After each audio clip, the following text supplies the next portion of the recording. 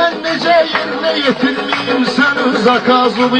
Ay senin çektiğine kurban babanın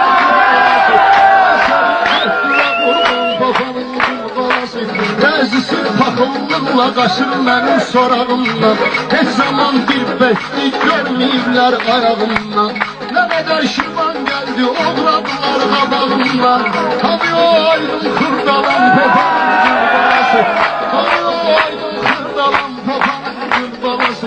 Dalınca söz diyeceğim dimin qalmaq alışıqdır. Aydın hara getdi məndən uca əhval çıxdı. Gözümü yumdum açdım sifətinə saqqal çıxdı. Gəl görüm bucağıma şeytan babanın gülbalası. Gəl görüm bucağıma şeytan babanın gülbalası.